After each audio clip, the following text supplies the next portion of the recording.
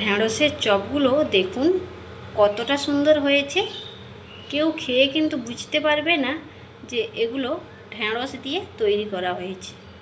নমস্কার বন্ধুরা, Sumitra kitchen and ব্লগে সবাইকে স্বাগত জানিয়ে আজ আমি আপনাদের সঙ্গে শেয়ার করব ঢ্যাঁড়সের চপ। এই ঢ্যাঁড়সের চপগুলো এতটাই দুর্দান্ত হয় বন্ধুরা, কাউকে যদি খাওয়ান কেউ খেয়ে কিন্তু বুঝতেই পারবে না যে এটা ঢ্যাঁড়স দিয়ে তৈরি করা হয়েছে। এতটাই দুর্দান্ত লাগে খেতে। তো চলুন আমি কীভাবে ঢ্যাঁড়সের চপ তৈরি করি আপনারা তার জন্য প্রথম থেকে শেষ পর্যন্ত ভিডিওটা দেখতে থাকুন, স্কিপ না করে। তো চলুন এবার শুরু করি। ভালো করে সবগুলো ধুয়ে নিয়েছি, ধুয়ে একটু লবণ মাখিয়ে রেখে দিয়েছিলাম 10 মিনিট মতো। ঢ্যাঁড়সের চপের জন্য আমি একটা মশলা রেডি করে নেব। তার জন্য একটা কড়াই বসিয়ে দিয়েছি। কড়াইতে সর্ষের তেল দিয়ে দিয়েছি, তেলটা গরম হয়ে গিয়েছে। দিয়ে দেব কুচনো পেঁয়াজ। পেঁয়াজটাকে একটু নাড়াচাড়া করে নেব। পেঁয়াজটা একটু নাড়াচাড়া করে নিয়েছি। দিয়ে দেব গ্রেট করা আদা, এই যে দিয়ে দিচ্ছি। গ্রেট করা আদাকেও পেঁয়াজের সঙ্গে আমি নাড়াচাড়া করে নেব। পুরোপুরি আমি ভাজবো না, হালকা ভেজে নেব। পেঁয়াজ আর আদা আমি হালকা করে ভেজে নিয়েছি। দিয়ে দেব অল্প লাল লঙ্কার গুঁড়ো, হাফ চামচ মতো দিলাম। চামচ মতো দিয়ে দিচ্ছি হলুদের গুঁড়ো, করে মিশিয়ে নেব। এখন গ্যাসের ফ্লেমটা একেবারে লোতে রেখেছি।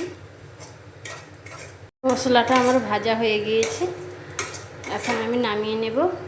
আমি ছোট সাইজের 3 থেকে 4টা আলু সেদ্ধ করে ম্যাশ করে রেখেছি, আর কিছুটা এখানে ধনেপাতা কুচি নিয়েছি। মশলাটা বানিয়ে রেখেছিলাম, এইটা এখন ম্যাশ করে রাখা আলুর মধ্যে দিয়ে দেব। আমি দিয়ে দিচ্ছি ভাজা মশলা, এতে আছে জিরে, ধনে, শুকনো লঙ্কা। শুকনো খোলায় আমি হালকা করে ভেজে শিলনোড়াতে গুঁড়ো করে রেখেছিলাম, ওই মশলাটা দিয়ে দিলাম 1 চামচ। দিচ্ছি হাফ চামচ মতো লবণ। এই মশলাটা এখন হাত দিয়ে চটকে ভালো করে মেখে নেব।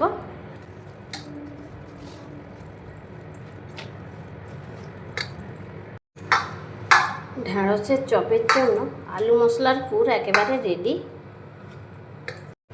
এইখান থেকে একটা ঢ্যাঁড়স নিয়ে নিলাম, এবার পুর একটু নিচ্ছি, এইভাবে লম্বা করে নেব হাতের সাহায্যে। এই ঢ্যাঁড়সটা ফাঁক করে এইখানটায় মাঝখানটাতে ঢুকিয়ে দেব। এইভাবে ঢুকিয়ে দেব, একটু চেপে চেপে এইভাবে ঢুকাতে হবে।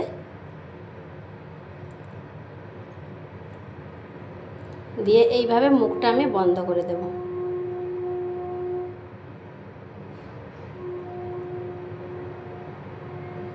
দেখুন একটা রেডি হয়ে গেল।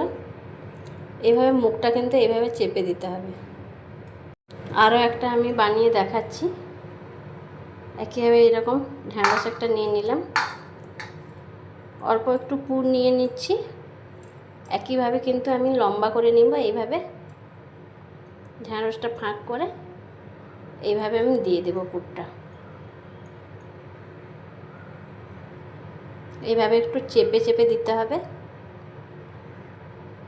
যেন পুরটা ভেতর পর্যন্ত যায়। এইভাবে মুখটা চেপে দেবো। এই এক্সট্রা যেটা বেরিয়েছে এটা তুলে রেখে দেব। এইভাবে মুখটা আমি চেপে দেব। এইগুলো সমান করে নেব। এই দেখুন আরও একটা তৈরি হয়ে গেল। এইভাবে আমি বাকি সবগুলো বানিয়ে নেব। দেখুন সবগুলো ঢ্যাঁড়সের মধ্যে কিন্তু আমি পুর ভালোভাবে ভরে নিয়েছি। একটা পাত্র নিয়েছি, পাত্রের মধ্যে দিয়ে দেব 1 বাটি কর্নফ্লাওয়ার। দিয়ে দিচ্ছি অল্প লবণ, দিয়ে দেব অল্প কাশ্মীরি লঙ্কার গুঁড়ো। ডিম নিয়েছি, ডিমটা ফাটিয়ে দিয়ে দেব। একটা ডিম দিলাম, আরও একটা ডিম দিয়ে দিচ্ছি। ডিম আর কর্নফ্লাওয়ার একসঙ্গে ভালো করে মিশিয়ে নেব। একটা ব্যাটার তৈরি করে নেব।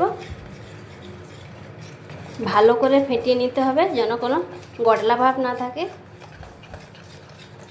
কর্নফ্লাওয়ার আর ডিম ভালো করে একসঙ্গে ফেটিয়ে নিয়েছি। ব্যাটারের ঘনত্বটা দেখুন এই রকম থাকবে। ঢ্যাঁড়সের চপের জন্য আমি ব্যাটারটা তৈরি করে নিয়ে কড়াইতে বসিয়ে দিয়েছি সাদা তেল। তেলটাকে একটু গরম করে নেব।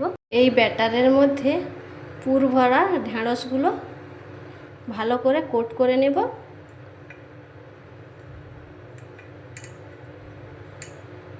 তেলের মধ্যে দিয়ে দেব। গ্যাসের ফ্লেমটা কিন্তু এখন একেবারে লোতে রেখেছি।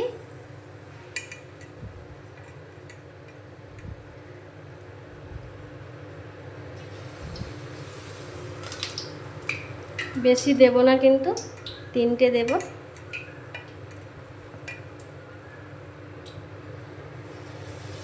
সময় কিন্তু গ্যাসের ফ্লেমটা একেবারে লোতে রাখতে হবে, না হলে উপরটা ভাজা হয়ে যাবে, ঢ্যাঁড়সগুলো কিন্তু ভাজা হবে না। তার জন্য গ্যাসের ফ্লেমটা একেবারে লোতে রাখতে হবে। ঢ্যাঁড়সগুলো কিন্তু আমি উল্টে দিয়েছি, উল্টে পাল্টে লাল লাল করে ভেজে নেব। এই চপগুলো আমি উল্টে পাল্টে ভেজে নিয়েছি, তুলে নেব। দেখুন বন্ধুরা, চপগুলো কত সুন্দর হয়েছে।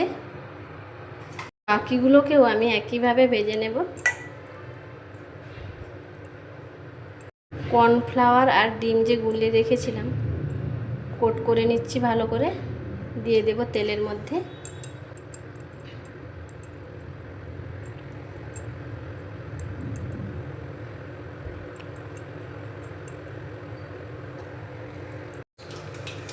এখন উল্টে দেব আমি।